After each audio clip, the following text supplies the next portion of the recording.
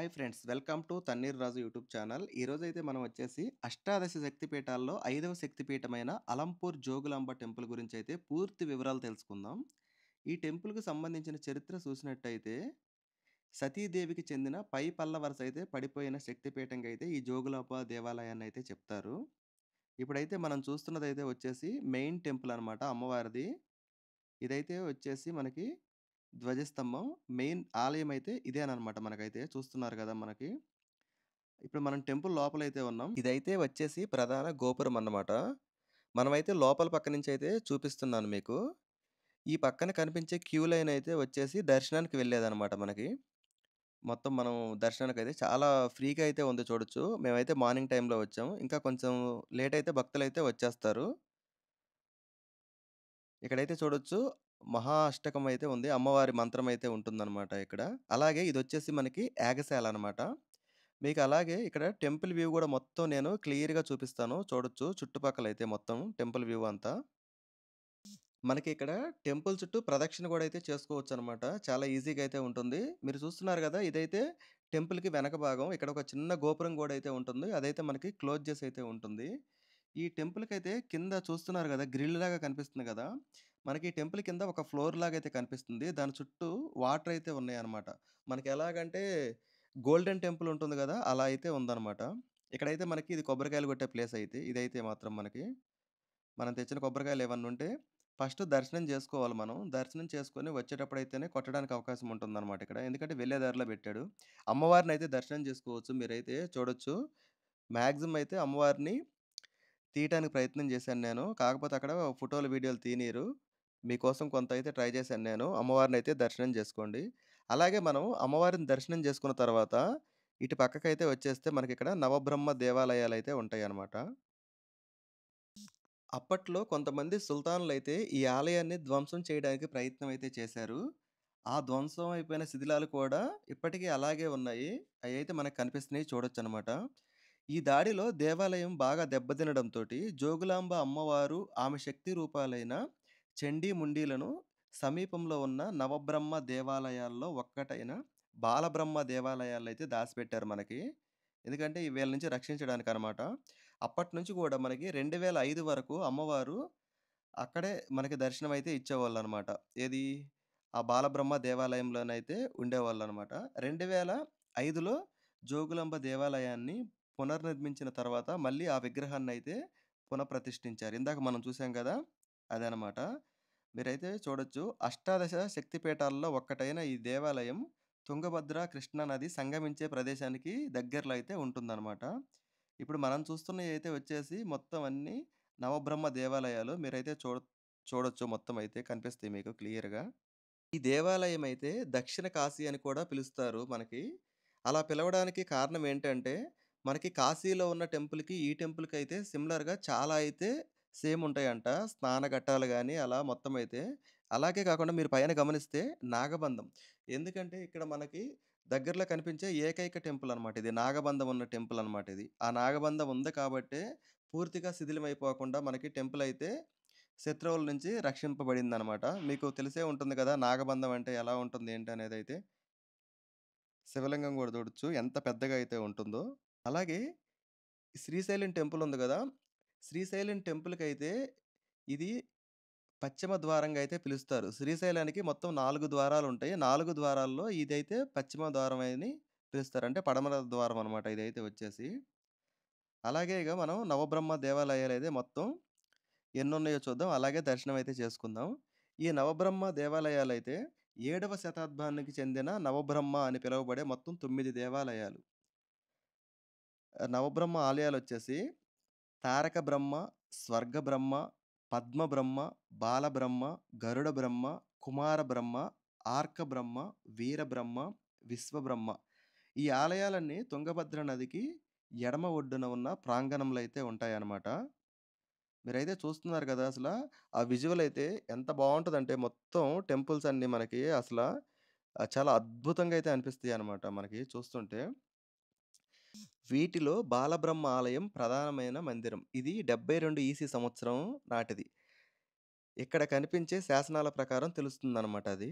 ఇకపోతే తారక బ్రహ్మ ఆలయం పాక్షికంగా శిథిలా వ్యవస్థలో అయితే ఉంది. ఈ ఆలయంలో విగ్రహం అయితే లేదు. ఇది 6వ, 7వ శతాబ్దాల నాటి తెలుగు శాసనాలనైతే కలిగి ఉంటుంది. అంటే కనిపిస్తాయన్నమాట మనకక్కడ. అలాగే ఈ ప్రాంగణంలో 9వ శతాబ్దానికి చెందిన సూర్యనారాయణ ఆలయం, శ్రీ మహావిష్ణువు ఆలయం కూడా ఉంటాయి. మీరైతే క్లియర్‌గా చూస్తే మీకు ఆలయాలన్నీ అయితే కనిపిస్తాయి ఇక్కడ. అలాగే మనకి కృష్ణదేవరాయల కాలం నాటి శాసనాలను కలిగిన నరసింహస్వామి ఆలయం కూడా అయితే ఉంటుందన్నమాట ఇక్కడ. ఇప్పుడు మనం ఎటునుంచయితే వస్తున్నామో మీరైతే చూస్తున్నారు కదా! అసలు మామూలుగా అయితే ఇటు కాదు. దీని ద్వారం అనేది వేరే ఉంది. ఇప్పుడు మీకు చూపిస్తా నేను. ఇప్పుడొచ్చిక్కడ ఇదే అనమాట ప్రధాన ద్వారం అయితే. ఇంతకు ముందయితే ఇటు నుంచయితే ఉండేదంట. తర్వాత ఏమైందంటే ముస్లిమ్స్ వాళ్ళు చెప్పాను గదా! కొంతమంది సుల్తానులు దాడులు జరిపి అలా అప్పుడు వాళ్ళు ఇక్కడ మనం ముందుకెళ్తే ఒక మసీదు గూడా దర్గా అయితే కనిపిస్తుంది మనకి. అది గూడా చూడొచ్చు మీకు. ఇప్పుడేందంటే దీనికున్న ఎంట్రన్స్ గేట్‌లయితే మార్చేశారనమాట. నేనైతే ఫస్ట్ టైమ్ గదా! ఎళ్ళింది. ఈ పక్క నుంచి ముందు అమ్మవారినైతే దర్శనం చేసుకొని, అక్కడి నుంచయితే నవబ్రహ్మ ఆలయాలకైతే ఎళ్తున్నాను నేను. ఇప్పుడు మనకి ఈ వెళ్ళే దారిలోనే మనకి కంచి కామాక్షి అమ్మవారి దేవాలయం గూడా అయితే ఉంటుంది. ఈ ఎడమ చేతి పక్క డోర్ కనిపిస్తుంది గదా! అదే అన్నమాట. ఇక్కడ కంచి కామాక్షి అమ్మవారి దేవాలయం. ఇక్కడైతే చూడొచ్చు శ్రీ బ్రహ్మేశ్వర స్వామివారి ఆలయానికి దారి అనైతే ఉంది. కానీ కాపోతే మనకిక్కడైతే ఒక దర్గా అయితే వస్తుందనమాట. ఇక్కడైతే మనకి ఒక టెంపుల్ అయితే వచ్చేసి, ఈ నవబ్రహ్మ ఆలయాల్లో ఇది చూస్తున్నారు గదా! తారక బ్రహ్మ ఆలయం. ఇందులో అయితే మనకి ఏమి లేదు. ఇది మొత్తం ఈ ముస్లిమ్స్ వాళ్ళ ఆధీనంలోనైతే ఉందనమాట. అంటే వాళ్ళైతే తీసేసుకున్నారనమాట మొత్తం ఇది. వాళ్ళ ప్లేస్‌లోకెళ్ళిపోయిందిది చూడొచ్చు మొత్తం. ఇక్కడైతే లోపలైతే ఏమి ఉండదనమాట. ఓన్లీ లోపల శాసనాలైతే రాళ్ళ మీద రాసున్నాయి. అదొక్కటి మాత్రమే కనిపిస్తుంది. ఈ టెంపుల్ అయితే పూర్తిగా వాళ్ళ ఆధీనంలోనే అయితే ఉంది. ఈ నవబ్రహ్మ ఆలయాల గురించి సింపుల్‌గా చెప్పుకోవాలంటే మనం, ఈ స్థల చరిత్ర ప్రకారం ఒక సాధువు శాపం కారణంగా తన శక్తులను కోల్పోయిన బ్రహ్మదేవుడు శివుని కోసం తపస్సు చేశాడంట ఇక్కడ.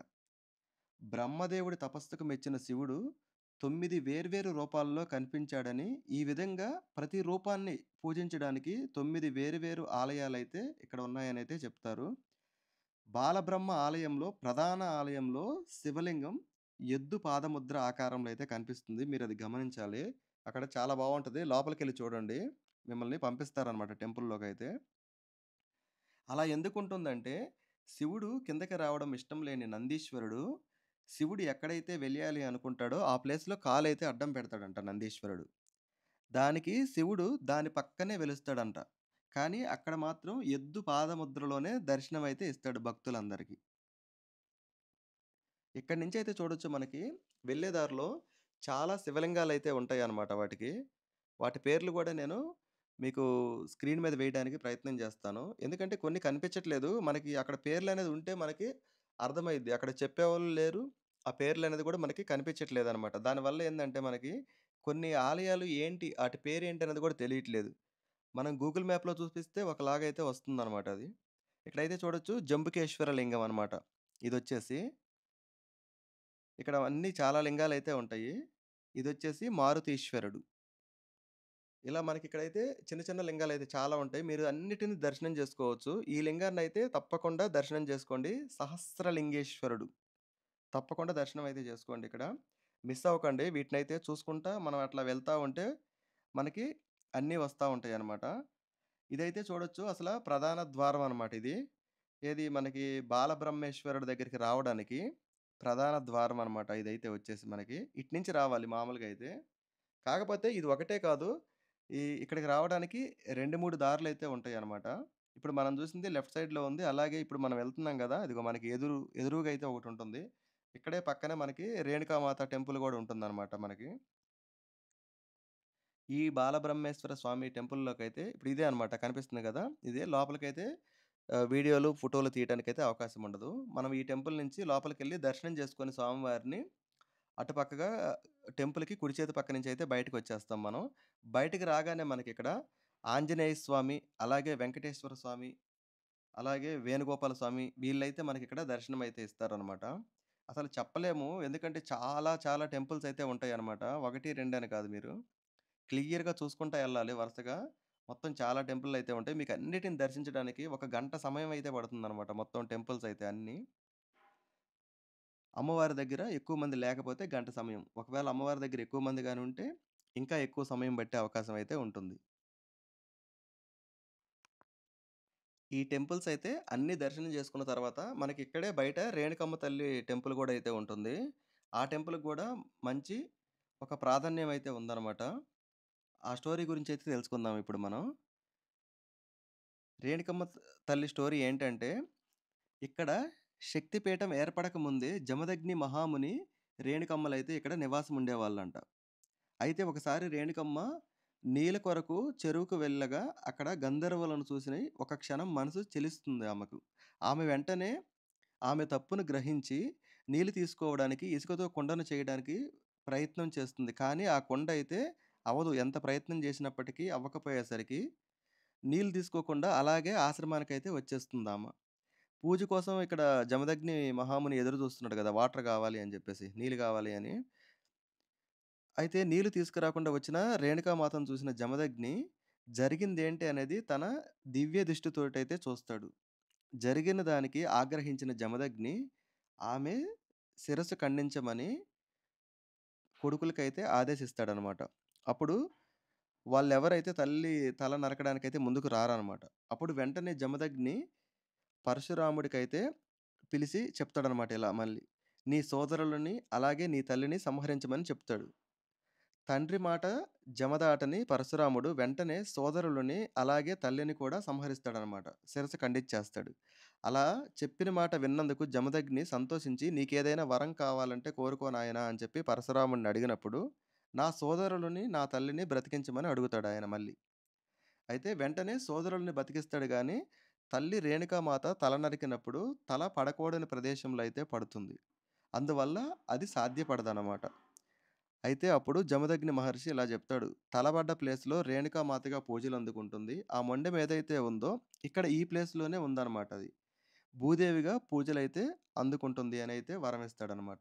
అయితే ఈ అలంపూర్ టెంపుల్‌లో ఉన్న అమ్మవారి మొండెం భాగం ఏదైతే ఉందో భూదేవిగా కొలుస్తారనమాట. దీనివల్ల ఉపయోగం ఏందంటే మనకిక్కడ కొలవడం వల్ల సంతానం ఎవరికైతే ఉండదో, అలాంటి వాళ్ళు ఇక్కడికొచ్చి పూజలు జేస్తే తప్పకుండా సంతానం అయితే కలుగుతుందనైతే ఇక్కడ ప్రసిద్ధి. అలాగే మనకి పరశురాముడంటే ఎవరో కాదు. శ్రీ మహావిష్ణువు 6వ అవతారమే పరశురాముడు.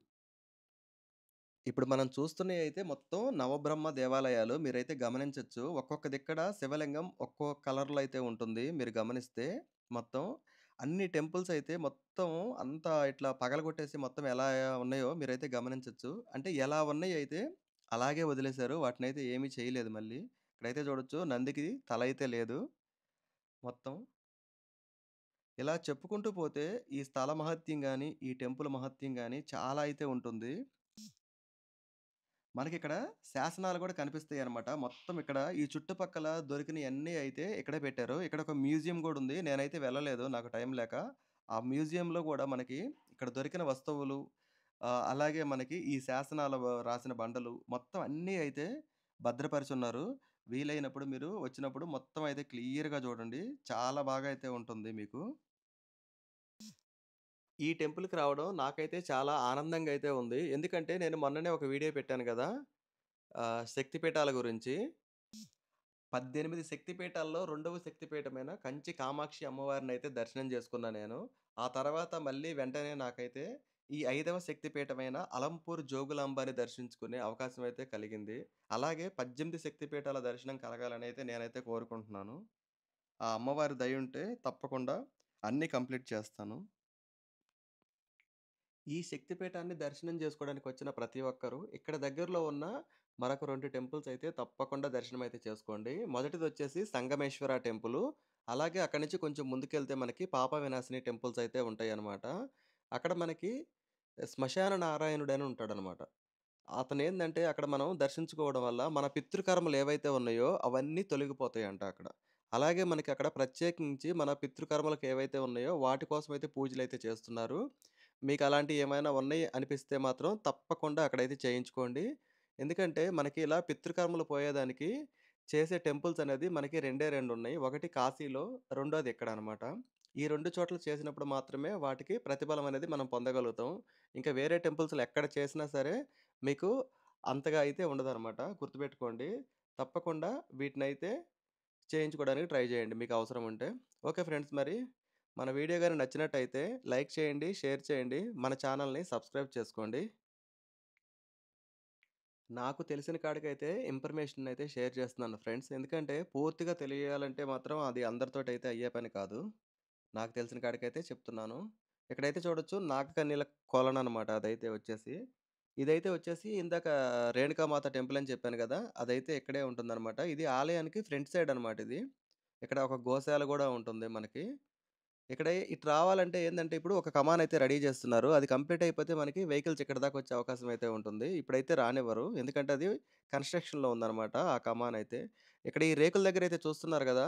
ఇక్కడ మనం స్నానాలు చేయడానికి గూడా అవకాశం ఉంది. ఒకవేళ తుంగభద్ర నదిలో స్నానం చేయకూడదనుకుంటే ఇక్కడ గూడా చేయొచ్చనమాట. ఇక్కడ గూడా అవకాశం అయితే ఉంది మనకి. మనం మొత్తానికైతే టెంపుల్ ఫ్రంట్ సైడ్‌కైతే వచ్చేసాం. ఒకసారి వ్యూ అయితే చూడొచ్చు. అమ్మవారి టెంపుల్ గోపురం అనమాట. ఇది ఎంట్రన్స్ మనం ఇటు నుంచే ఎళ్ళాము. ఇక్కడే మనకి లెఫ్ట్ సైడ్‌లో కార్ పార్కింగ్ అయితే ఉంటుంది. ఆ కార్ పార్కింగ్ దాటి కొంచెం మనం ముందుకెళ్ళామంటే తుంగభద్ర నది అయితే ఉంటుందనమాట మనకి. ఈ నది దగ్గరే ఉంటది ఈ పార్కింగ్ గూడా మనకి మొత్తం. స్టెప్స్ అయితే చూడొచ్చు. మంచిగా చాలా నీట్‌గా అయితే ఉంది. మనం స్నానాలు చేయాలన్నా గానీ ఇక్కడైతే మంచి అవకాశం అయితే ఉంది. చూస్తున్నారు గదా! ఇది అసలెంత బావుందంటే ఇక్కడ లైవ్‌లో చూస్తుంటే చాలా బాగా అనిపిస్తుందనమాట నాకు ఇదైతే తుంగభద్ర నది. ఓకే ఫ్రెండ్స్ మరి బాయ్. మళ్ళీ నెక్స్ట్ వీడియోలో కలుద్దాం. ఎంతో కొంత ఇన్ఫర్మేషన్ అయితే మీకు షేర్ చేశాననైతే అనుకుంటున్నాను నేను. ఉంటాను మరి. మళ్ళీ నెక్స్ట్ వీడియోలో కలుద్దాం. మీకిక్కడి నుంచయితే అమ్మవారి టెంపుల్ గోపురం చూపిస్తాను. ఒకసారయితే చూడొచ్చు. క్లియర్‌గా కనిపిస్తుంది గదా! మనకిక్కడికి. ఓకే. Bye friends.